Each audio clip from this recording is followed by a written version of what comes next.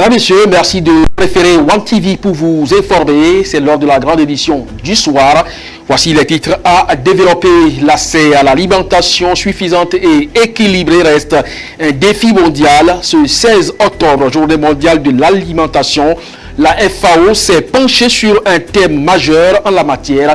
Vous suivrez plus de détails dans un instant. Et puis le secteur de l'éducation à travers le monde entier est en situation de crise du fait des intempéries. Les pluies de ces derniers mois, selon l'ONG Save Children, ont aggravé la situation. On fera donc le point d'un instant à l'autre. Voilà les titres à développer. Bonsoir et bienvenue. On ouvre cette édition par une note d'économie pour parler de la situation de consommation locale en marge donc de lancement officiel de la 5e édition du mois de consommation local à Kbalibé. Nous avons tendu notre micro à quelques exposants. Ils nous ont présenté leurs produits, surtout bio, et également partagé les difficultés auxquelles ils font face. Je vais donc leur témoignage avec Boris Chota qui était le reporter de One TV sur le terrain. Vous avez devant vous la coopérative Bonadou de Kpalimé, créée par Choco Togo. C'est nous qui décortiquons les fèves à Choco Togo pour la fabrication de chocolat que vous avez tout juste à votre droite. Et notre objectif est que nous fabriquons la farine enrichie de cacao, composée de plusieurs céréales. Et la différence est que nous mettons du cacao dans notre farine. Nous avons besoin des matériels pour travailler et nous avons besoin beaucoup de marchés pour pouvoir beaucoup produire et vendre. Nous sommes dans la production du riz local et nous transformons le riz dans la préfecture de Wawa, à Badou précisément. Donc nous travaillons avec les producteurs de la zone de Wawa, de Logou et de Lakebou. Nous les subventionnons en intrants. Ils produisent, nous achetons pour transformer et mettre sur le marché. Pour la transformation, nous avons assez de difficultés parce que la qualité du riz n'est pas ce que nous-mêmes nous espérons, vu les machines que nous utilisons. Quand nous transformons, nous sommes obligés de vendre à un prix où les consommateurs se plaignent. Les gens veulent vraiment consommer le local. Ils ont vu la qualité et le goût de ce riz. Mais c'est le prix qui est vraiment élevé. Ici, c'est le riz bio village. Le riz bio village. Il est conditionné en deux types. Nous avons le long grain, nous avons le brisure. Ce riz est cultivé à Covier. C'est des riz bio. Nous n'utilisons pas des engrais chimiques par rapport au riz importé que nous avons sur le marché. Nous avons plusieurs difficultés. D'abord, les aléas climatiques. L'eau n'est pas maîtrisée pour la production du riz. Et nous sollicitons vraiment l'appui du gouvernement pour les barrages et pour nous assister dans ce sens-là. Nous avons besoin aussi des subventions. Nous avons besoin également des accompagnements des banques, des microfinances. Nous souhaitons également que les grosses sociétés de la place nous fassent confiance et consomment le riz local. Aujourd'hui, nous sommes là pour vous exposer les vraies liqueurs traditionnelles togolaises, surnommées Sorabi ou bien Apevia. Et Sorabi, c'est une boisson qui sort de l'ordinaire. Ça sort uniquement du vin de palme. Il n'y a pas d'œuf. Et là, voici, tout ce que vous voyez ici sont sortis du vin de palme que voici. Aujourd'hui, les difficultés que nous racontons aujourd'hui, c'est qu'il y a des Sorabi ferlatés. Et nous sommes en train de lutter contre tout cela. Et nous voulons que l'État nous appuie. Parce que Sorabi ferlaté, c'est devenu comme une drogue. Et ça nuit à la santé. Ça tue nos frères. En temps normal, le vrai Sorabi, quand tu le prends, tu ne sens même pas les maux de tête. D'abord, c'est un produit qui a la vitamine C. Quand tu prends Sorabi, tu dois manger. Mais les produits fermentés, c'est quand tu le prends, tu commences à avoir les maux de tête, les maux de gorge, les maux du cœur, et ça donne du cancer. Or, Sorabi lutte contre le cancer, ça lutte contre le diabète, ça lutte contre l'ulcère. Voilà donc autant de faits positifs de Sodabi, pratiqués et cultivés donc au plan local et naturellement. Allez-y donc comprendre quelque chose.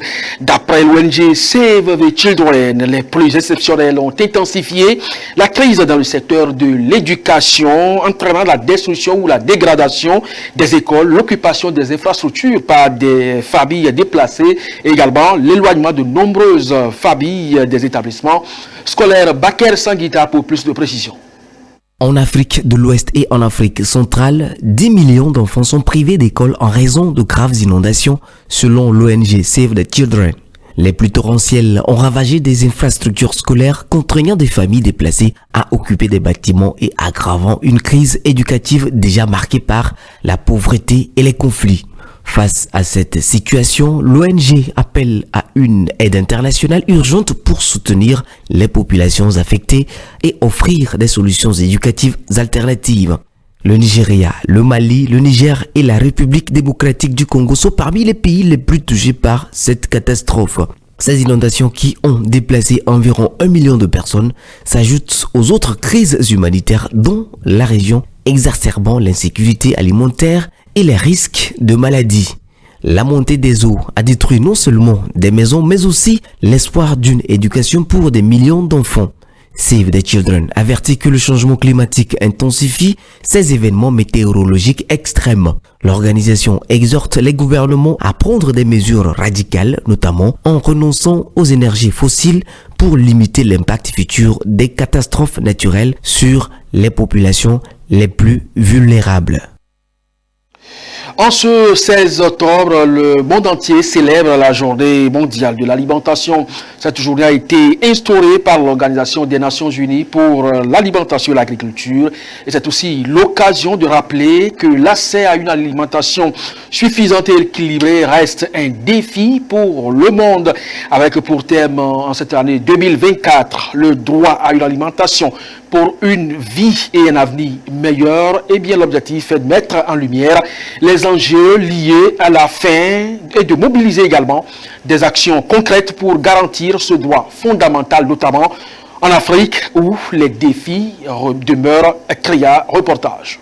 Le 16 octobre marque la journée mondiale de l'alimentation. L'alimentation est le troisième besoin fondamental de l'homme après l'air et l'eau et constitue un droit essentiel. Cependant, ce droit n'est pas garanti pour tous. Près de 733 millions de personnes, selon l'Organisation des Nations Unies pour l'alimentation et l'agriculture FAO, souffrent de la faim à cause des conflits, des chocs climatiques répétés et des ralentissements économiques. Cette situation touche particulièrement les populations pauvres et vulnérables. Dans la zone CEDEAO, 50 millions de personnes sont confrontées à une situation alimentaire difficile. Un appel est lancé au gouvernement des États membres pour qu'ils s'engagent davantage dans les programmes agricoles mis en place. Notre région ouest africaine s'est dotée depuis 2005 d'une politique agricole régionale ECOWAP dont l'objectif central est de contribuer de manière durable à la satisfaction des besoins alimentaires de la population,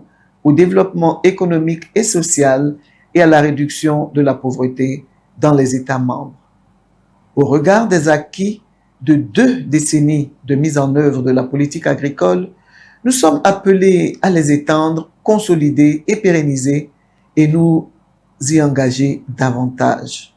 Si nous convenons toutes et tous que le droit à l'alimentation est un droit fondamental, nous devons travailler à le transcrire dans nos lois nationales et régionales. Pour garantir le droit à l'alimentation, c'est non seulement assurer la survie, mais aussi préparer un avenir meilleur pour nos enfants et nos familles. Ensemble, avec la volonté politique, la détermination, la résilience, l'implication collective et la solidarité régionale, nous pouvons atteindre cet objectif en surmontant les défis actuels et futurs. Face à une population sans cesse croissante, nous devons produire plus maintenant et demain pour réaliser ce droit de tous et de chacun à une vie et un avenir meilleur. Vive le droit à l'alimentation pour tous, Pour cette année 2024, le thème retenu pour la Journée mondiale de l'alimentation est « Le droit à une alimentation pour une vie et un avenir meilleur ». Cette journée représente une occasion cruciale pour sensibiliser et agir en faveur du droit à l'alimentation en Afrique. Il est essentiel de soutenir les petits agriculteurs et de plaider pour des politiques inclusives qui visent à construire une Afrique sans faim où le droit à l'alimentation devient une réalité pour tous. Nous sommes en octobre, nous poursuivons donc cette campagne de prévention du cancer du sein. Alors la question de l'autopalpation des seins est un geste simple mais essentiel qui permet aux femmes de surveiller par elles-mêmes leur santé, particulièrement dans la prévention du cancer du sein. Dans cet élément, nous allons à la rencontre de Dr Abewi Benedicta, gynécologue obstétricienne.